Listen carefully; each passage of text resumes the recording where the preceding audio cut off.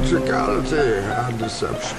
Powerful agents to the uninitiated, but we are initiated. I'm super excited!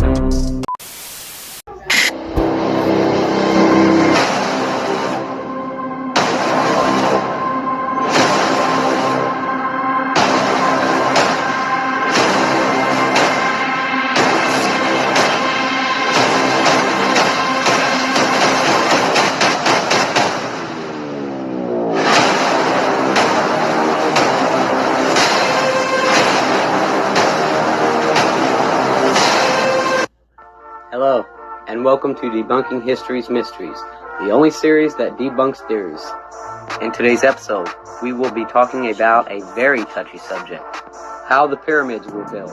Before I get started, I want to state the fact, just because I am discussing a theory does and or does not mean that I believe in the subject matter I am discussing. I would like to start off by saying I am one of those people that would love to believe in aliens.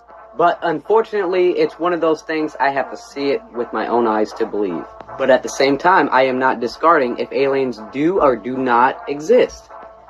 Alright, let's get started. Pyramids versus history. There are many different theories claiming the construction of the pyramids. Today, we will be talking about just the top 3 theories.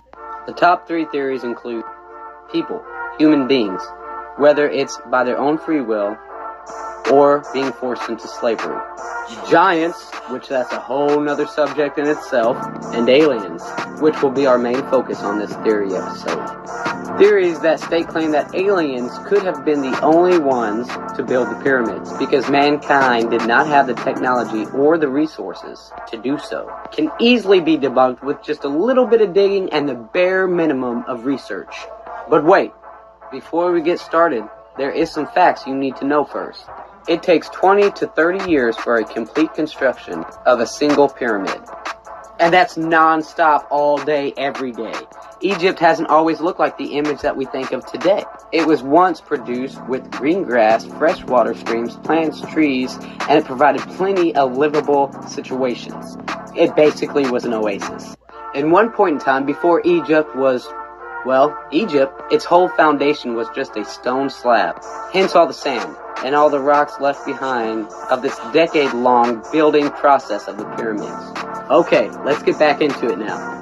Drawings, carvings, and hieroglyphics, step by step, have been found in even the earliest pyramids discovered. Alien theorists will have you convinced and try to tell you that the perfect cuts, the weight of the rocks that can't be lifted by man, and many other delusional lies could have only been performed by out-of-this-world alien technology.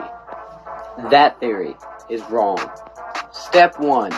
You can clearly see on these left-behind rocks just how the stones were separated.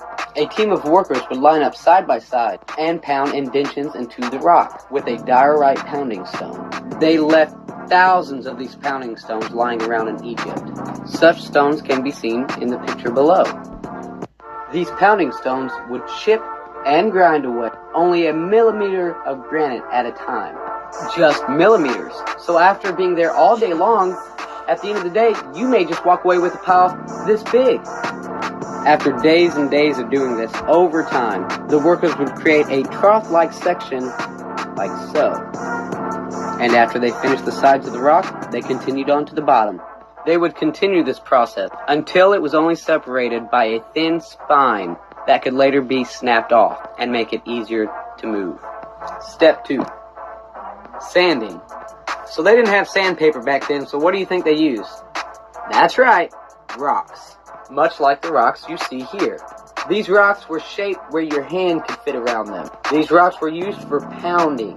The pounding process is called a polishing technique, also known as a grinding stone. These Egyptian people used these grinding stones to polish the big rocks, much like sandpaper, what we use today. And this is where you get the term sanding the stone. Many of these grinding rocks, also known as polishers, have been found alongside the pounding rocks that has been left behind on the floors of Egypt. So unlike the pounding rock, these grinding rocks were way easier to control. There's a little difference. See? Pounding rock, grinding rock. I can promise you, your hands felt way better after using this polishing rock. This technique was used a lot back then. In fact, it was really close to the Easter Island statues. They would place the polishing rock against the custom rocks. Then they would put sand in between and use it as an abrasive. Alien enthusiasts will try to have you believe that this technique is not possible. Not only is it possible, but it's much more easier than you could imagine. Moving right along to step 3. The Egyptians had a variety of ways and tools that was used for the function of cutting granite rock. How is this possible? Well, I'll tell you. It mostly involved copper and sand. Copper is the longest lasting material that could withstand the process it's used for against sand. There are 3 main examples of what is referred to as an Egyptian copper saw. The one we see here is a 2-person saw, much like our modern day lumber saw. The second was a small handheld saw. It consisted of a copper blade attached to a wooden handle. Third, we have the tubular saw. It was made for cutting holes in granite and other rocks. These saws were depicted in Egypt's history. Oddly enough, neither of these saws required any teeth to cut through rock. They functioned just fine. This cutting technique, including putting sand in between the blade and the rock, using the sand as an abrasive, just like the technique we saw with the polishing rock. The sand basically did all the cutting. How do we prove this right? Well, in Egypt, there's all kinds of rocks left behind with saw marks in them. One of these examples still sits in its original spot, inside the Great Pyramid. The person that was sawing the famous granite came to realize in the middle of his job that he was sawing at the wrong end. So he stopped and moved on to the right side. Because of his actions, we now have a stepping stone to get closer to proving this theory true a little bit every day. We're almost at the end, guys. Just hang in there. Step 4. The people that built the Maui statue at Easter Island used these exact same techniques, as well as many other civilizations around the world at that time. You may be asking yourself, how in the world did they move these giant rocks without the help of UFOs and alien technology? Research, people. Research. They use sleds.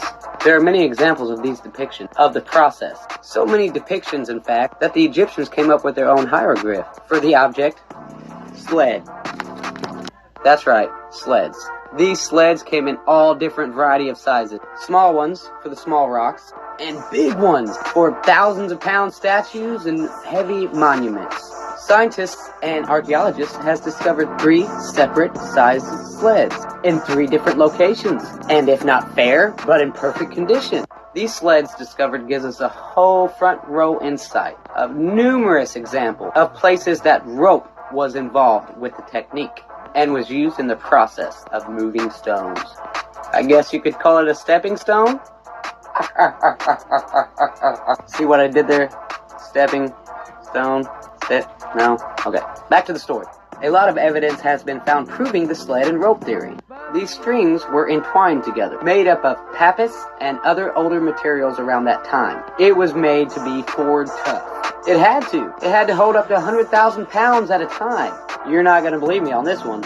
Even boats were used in support of this process of exporting these giant curved rocks. How do we know this? Scientists have found archaeology proof that channels have been dug, extending all the way to the Nile River, all the way back to the construction site. That way they didn't have to drag stones more than they needed to. Alright, you hung in there this long, you're almost to the end. Just hang in there. Step 5. And it's the final part of this whole process. Everybody argues about this theory. I'm going to give you 3 main examples of the ramp theory. There are 3 major theories surrounding the ramp theory. Theory 1. The first theory is the oldest. It makes some sense, but iffy if you ask me. This theory is pretty self-explanatory. It included a single ramp. Over time, we find this theory to be debunked. After all, it would have had to stretch the length of over a mile, and it probably would have held more stones than the pyramid itself. So that's more work and more rocks. It may not have worked, but it's very believable. The second ramp theory is the spiral ramp. This one was found to be problematic because it would have only allowed the workers to have 2 feet along the edge to work with.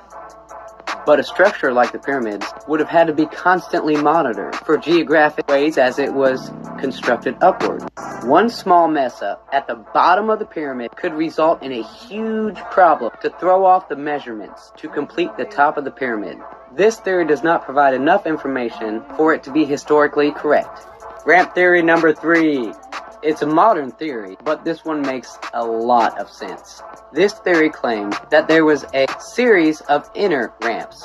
Workers would drag the blocks through the pyramid until they reached the corners, at which point the blocks was repositioned for another team of workers, and the workers would proceed to pull it up the next ramp. This would make a lot more sense on how the outer blocks of the pyramids were so perfectly aligned. This would allow the inner limestone blocks with the polished finish to be repositioned on how they would be pointed and angled to secure the geometric perfection.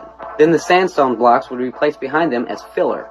This means they would have worked on each level as they progressed upwards. I don't know about you, but I'm sold on this inner ramp theory. So there you have it. You made it all the way through. I knew you could do it. Now, I gave you all the basic information you need to do your own research and start thinking for yourself. The object of this series is for you to take all the information and open your mind. Then you can come up with your own thoughts and own beliefs. So as for aliens being the only ones that could have built the pyramids, it's been debunked. Right here on Debunking History's Mysteries. Well, that's going to be it for me, guys. I hope I made it as interesting as I could for you to be entertained. I hope to see you again real soon. And I hope that you join me on the next episode of Debunking History's Mysteries, the only series that debunks theories.